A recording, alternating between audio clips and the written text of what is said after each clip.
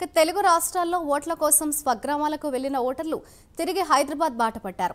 ఓటర్ల వాహనాలతో NH-65 జాతీయ రహదారి రద్దీగా మారింది.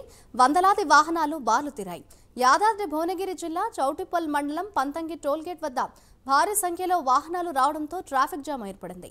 కిలోమీటర్ వరకు స్తంభించిపోయింది. టోల్గేట్ దాటడానికి కనీసం వాహనానికి 15 నిమిషాలకు పైగానే సమయం పడుతోంది. రద్దీ దృష్ట్యా హైదరాబాద్ వైపు వెళ్లే లైన్ల సంఖ్యను పెంచామని టోల్ సిబ్బంది తెలిపారు.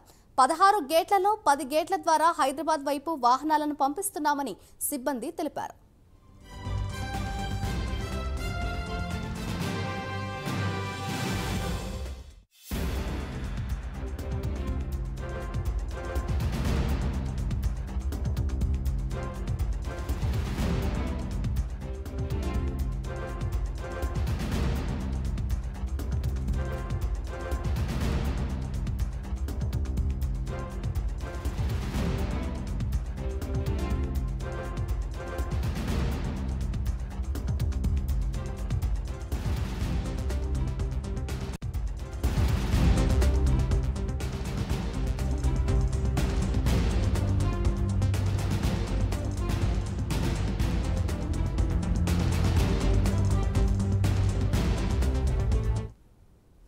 తెలుగు రాష్ట్రాల్లో ఓట్ల కోసం స్వగ్రామాలకు వెళ్లిన ఓటర్లు తిరిగి హైదరాబాద్ బాట పట్టారు. దానికి సంబంధించిన బ్రేకింగ్ న్యూస్ చూస్తున్నాం. ఓటర్ల వాహనాలతో NH-65 జాతీయ రహదారి రద్దీగా మారింది. వందలాది వాహనాలు బార్లు తీరాయి. యాదాద్రి భువనగిరి జిల్లా చౌటుప్పల్ మండలం పంతంగి టోల్గేట్ వద్ద భారీ సంఖ్యలో వాహనాలు రావడంతో ట్రాఫిక్ జామ్ ఏర్పడింది.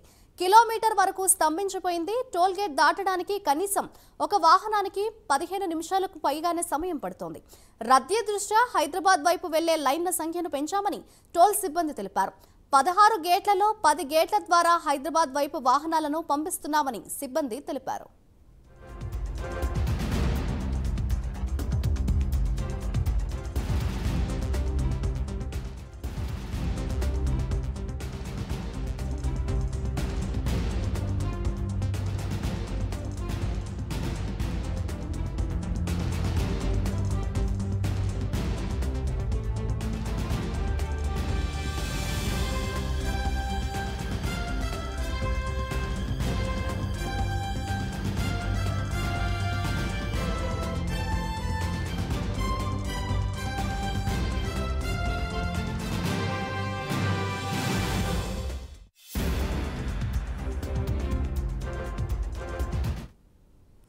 తెలుగు రాష్ట్రాల్లో ఓట్ల కోసం స్వగ్రామాలకు వెళ్లిన ఓటర్లు తిరిగి హైదరాబాద్ బాట పట్టారు.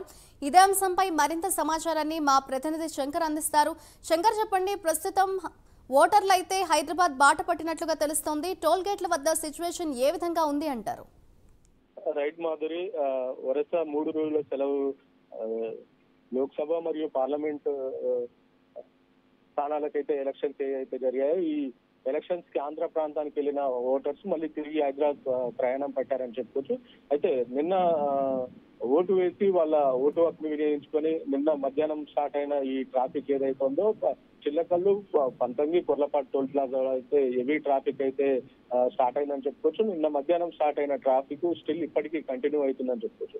మొత్తంగా అయితే తమ ఓటు హక్కును వినియోగించుకొని మళ్ళీ సొంత ఊర్లోకి వెళ్ళిన ప్రయాణికులు ఎవరైతున్నారో నగరం బాట పట్టారని చెప్పుకోవచ్చు.